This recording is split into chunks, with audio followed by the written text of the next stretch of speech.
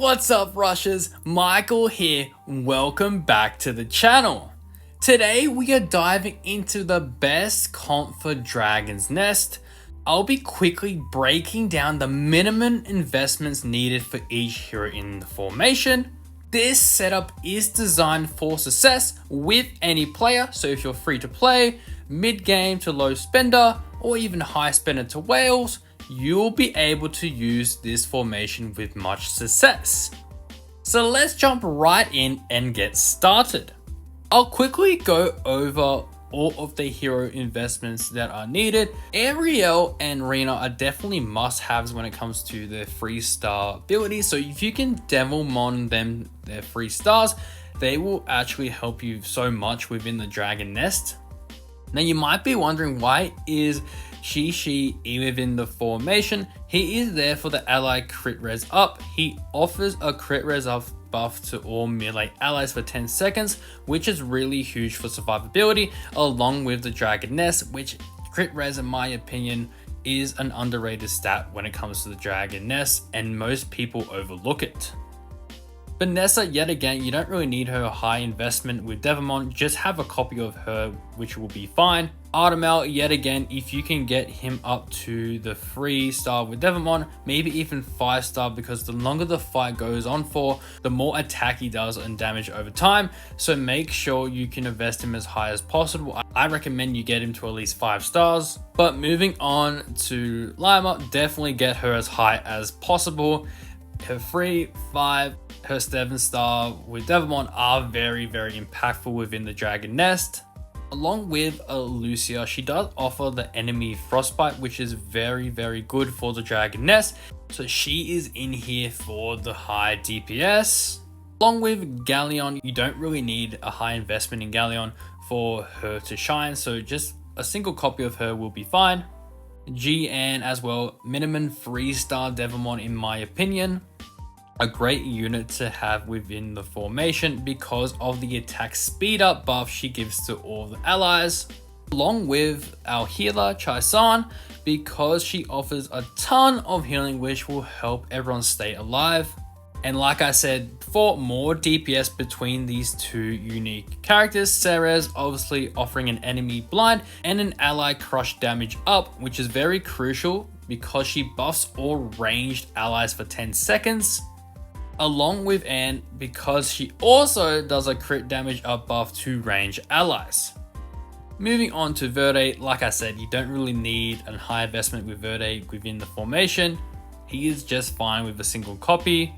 Tesseron, honestly the same in my opinion. If you want Tesseron to really shine, he needs to have the 3, 5, and 7-star investments. So if you're free to play the low spender, just have a single copy of him and he should do fine. Bernard is also in the formation as well. He offers an enemy attack speed down with his skill for 10 seconds, which is very crucial for Dragon Nest.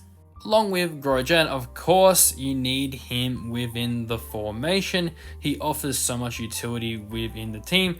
He does cast the Petrify CC effect, which paired with his 7-star increases the total damage done to the boss, which is extremely OP. Charlotte, yet again, she is fine at the 3-star. You really want her 3-star minimum in my opinion. Her 5 and 7-star goes hand to hand with each other, but her 3-star just as fine. Cooldown reduction is huge, especially because it buffs all ranged allies for 10 seconds. Shiva, yet again, you only need a single copy of her. You don't need to invest too high with stars at all. Same with Feng right here. You just need a single copy of him. Now, if you saw my other video about Light Monkey, I'll leave a card that will pop up in the top left or top right of the screen. You can watch the video to see if I recommend pulling for him. But in short, you want to get him to a minimum 3-star in my opinion, because defense down is so huge within the Dragon Nest. Moving on to Cassandra, another vital unit you have to have within the Dragon Nest.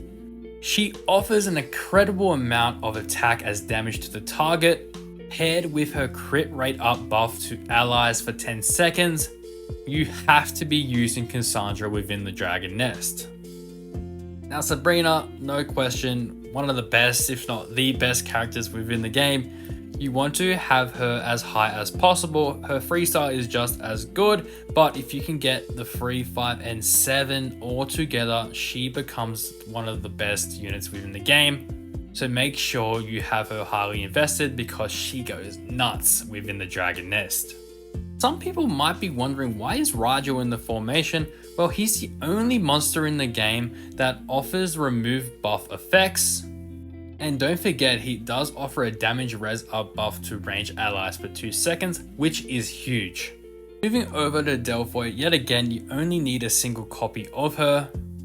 And lastly, Melissa, if you can get her high as possible, she offers so much within the Dragon Nest. Minimum 3-star skill in my opinion. Her level 5 amplify buff to allies for 10 seconds is crucial, and she can even be used as a tank if you have her highly invested within the 5 and 7 stars.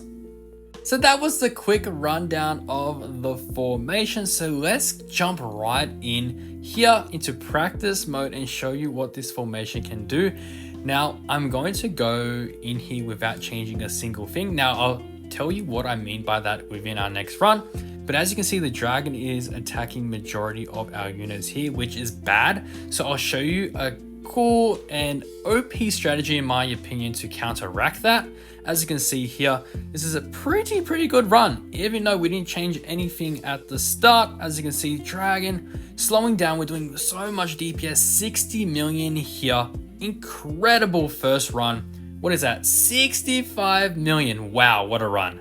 We nearly beat our best record in our first run with this formation. And you might be wondering, Michael, what did you mean by changing up units? Well, I'm going to put you on some sauce because this strategy is kind of OP. You can actually make the dragon target a unit that you want. So in this case, I want the dragon to attack Melissa. So this is what you do.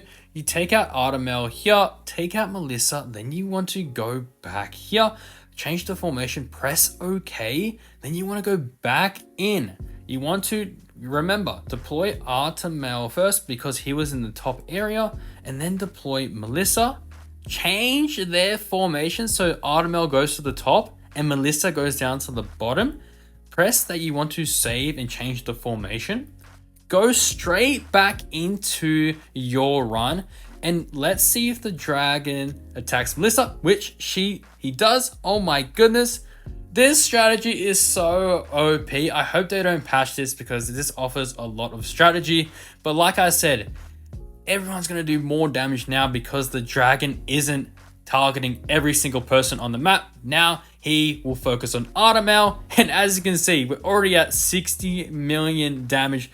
Doing very well. We even beat the 65 million threshold. How good is that? So now I'll run it without doing this strategy to see if the damage is a bit higher, a bit lower. Maybe it's just about superstition. It doesn't really matter. As you can see here, it's targeting more so of Rigel and Delphoid. Maybe even Light Monkey is targeting a little bit as well for the dragon, which is really bad. He might take out a couple units. As you can see here, just from one attack took out 2 of our crucial units. So now focus on Ariel. Ariel's already taken out, and like you can see, not doing the switches at the start of battle cost us dividends, but 63 million is still an incredible score. So I want to test this theory out one more time with the superstition strategy, I'll call it. Let's see if it really does give you more damage. But Artemel first, remember, then Melissa. Swap their position from top to bottom. You want to press save formation, then go back into practice, or the real thing you can do as well. Let's see if we can get more damage within this run. As you can see, the dragon targeting Melissa there, which is a very good sign. If you want to see the damage, look at Sabrina. Absolutely incredible damage. Look at Tezeron. Like I said, he will only do that if you have the 3, 5, and 7-star Devilmon invested in him, but he's well worth it if you have it. Cassandra and Lima obviously top 4 and 5 in damage. Very well. But as you can see here, nearing 70 million. Incredible run. That's my new record in the Dragon Nest. And that's it for today's Dragon Nest team guide. Hopefully this helps you crush those dragons and climb the ranks. Let me know if you have any more questions regarding the dragon nest in the comment section below. Don't forget to like and subscribe for more Rush content in the future. Thanks for watching, and I'll see you all in the next one.